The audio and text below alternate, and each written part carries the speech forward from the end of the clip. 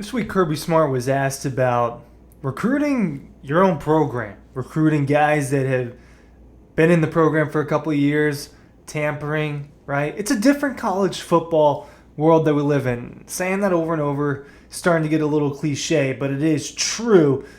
With the transfer portal, with NIL, all of this realignment, there are some rapid changes going on in the sport right now that are fundamentally moving the way that things have been, away from the way things have been, and it's different. And social media is different, and this is kind of a more than just a football conversation. It's a little bit of a life and an occupation conversation as well. But when you're a college football head coach, is more than a football coach, right? There is a huge difference in the responsibilities of an NFL coach and a college coach. College coaches, in a way, right? I kind of like a CEO, a very hands-on CEO.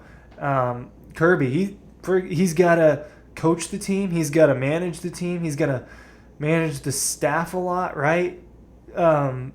Way more involved in the decisions of the structure of the program than an NFL. Like, an NFL coach, right? That's essentially just his employer. The team, the organization. That's his employer. His goal is to win football games. And that's the same cause in college football. It's just a lot more nuance.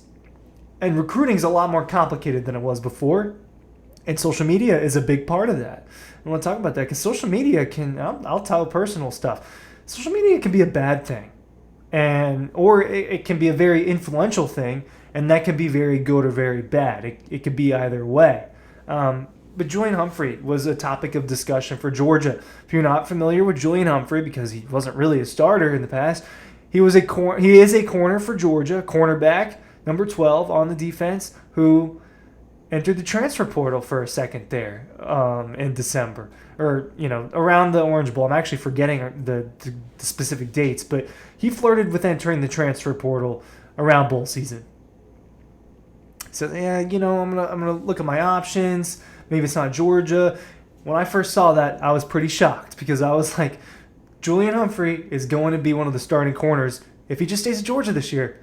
It will be him and Dalen Everett, and I'd be surprised if it was anything else. So, why is Julian Humphrey leaving? He ends up telling us a little bit about his decision and how some of it had to do with the fact that he was homesick and he saw all the Georgia kids that play for Georgia that get to see their families all the time, that, being closer to home was part of his decision. And look, A.D. Mitchell did that. Right? A lot of people do that. Caden Proctor did it for a second there, going to Iowa after the whole Alabama debacle. Maybe I shouldn't even have brought that up. It's not the same concept at all. But Julian Humphrey's a guy that was in Georgia's program for the last 2 years, and he was thinking about leaving, even though it seems like there was a very, very open door with the starting job on the other side of it in 2024. When you open that door into the new year, that was very much on the other side. It is very much on the other side because Julian Humphrey was playing a lot, right? Even though he was not really the starter between Kamari Lasser and Dalen Everett, he was getting in there, and I think that he was earning more playing time as the year went on. And Georgia considers more than just the starting 11 on offense and defense to be the starting lineup. It's deeper than that for Kirby and the Dogs. So he was an important part for Georgia, and it didn't make sense to me, right? But that's where we're at.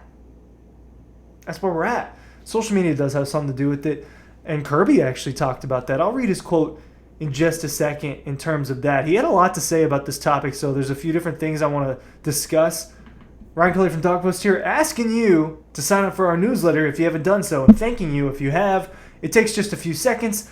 There's a link in the description of this video down below. Make sure you are clicking on it. Make sure you are typing in your email address, hitting enter. Right? It's been a long time since I actually looked at that link. But all you do is there's a little bar and you give us your email address, and then we will push out that content to you every day. So you won't have to be missing out when there are things going on with Georgia football. And there are things going on right now, right? Getting some practice availabilities. I've seen practice twice now. Hopefully they give us one or two more ahead of G-Day, which is now, I'm recording this Friday evening. This is going out this weekend. 2 weeks away, right? It's 15 days away from the current moment that I'm actually talking about this. Let's just get to Kirby's quote, right? Enough about the newsletter, enough about G-Day. Let's talk about what we're actually talking about in terms of like the social media portion of it, right? On convincing multi-year guys to stay in the program. That's what they labeled this. But yes, I was at the press conference. This is what Kirby said.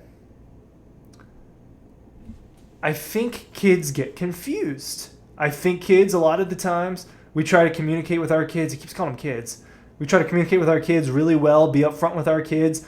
That is the nature of the beast. They turn on their phones and they see other people doing it. It becomes a trend. It is like anything else in social media. If he's doing it, then why shouldn't I be doing it? Is the grass greener on the other side? Sometimes they don't know. Sometimes they're getting reached out to by other places. Maybe they should be, but that's just the nature of the beast. Ultimately, he's here, right? So this was discussing Julian Humphrey earlier this week.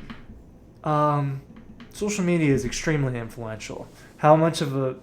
There was an interview recently with a high-level recruit that would make, you know, those top 5 graphics when a high school player, whatever, sophomore, junior, senior year, they're deciding where they want to go, and they've got their top 5, LSU, Miami, Nebraska, Alabama, whatever programs it is, and they have a graphic with it.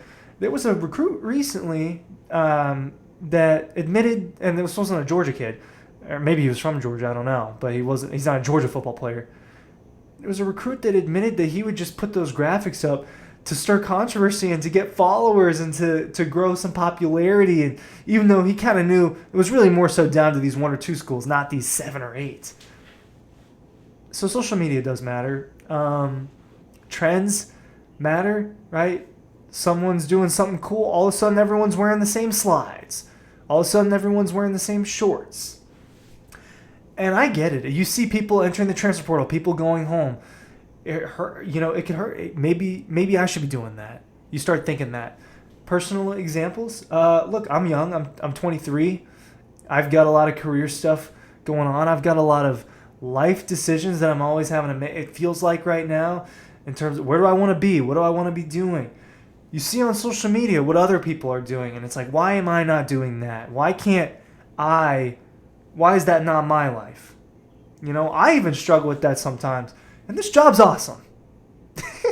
I'm sitting here talking about the Georgia Bulldogs football team with you guys for a living, right? And it's awesome.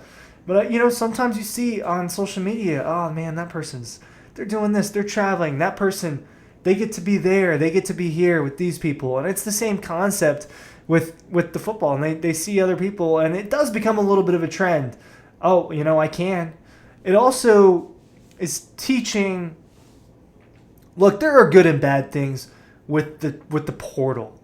And it teaches that you can have a second chance elsewhere, but it could also be teaching that, hey, you can just bounce and, you know, kind of give up here and move on to a different situation. It's about finding the line there, because sometimes it really is the right time to move on and do something new, and sometimes it's not. And you just have to figure out what that is for you. Something else that Kirby talked about that I thought was interesting in terms of this topic. Let me find the exact quote real quick. But he essentially, and if I can't find it, I remember what he essentially said. I can't find it. He basically says, you know, when these kids, and this is how he always says kids. It makes me say kids, and I'm some of their age. They're some of my age. He goes, a lot of the time, they come into the office, and they already have their plan. And they're just laying it out to you. So he's dealing with people that are, as someone who is in this phase of life, he is dealing with people who don't know stuff, who don't really understand the future and don't necessarily know exactly what's best, right? You know, someone told me recently to think about where Kirby was when he was your age. If you're struggling with what's going on with you, he was like a GA somewhere or out of Valdosta State in his early 20s and places like that. You know, he wasn't the defensive coordinator at Alabama or the head coach at Georgia at those points in life. And sometimes it's hard to see on the other end of the tunnel. And what Kirby's got to do and what he's been doing and why Georgia's been successful through this era of college football is selling that Georgia dream and showing them the examples that, hey, look, Georgia competes for national championships. Georgia puts a ton of players into the NFL. Georgia develops real football players. Georgia gets you a degree that could be very, very useful. That could look very, very good. So he's got to be worrying about that. all of that kind of stuff that he's dealing with, that stuff's in addition to figuring out what Missouri's scheme's going to be this week, to figuring out how they're going to stop. Remember all the fuss about TCU's defensive lineup and their defensive formations? How's he going to stop that? I can't remember what the formation was, but those are the things that he's got to worry about in addition to actually coaching football. And so it is a very, very complicated and hard job. And you got to commend people like Kirby who are doing it as well as they do it. Thanks for watching.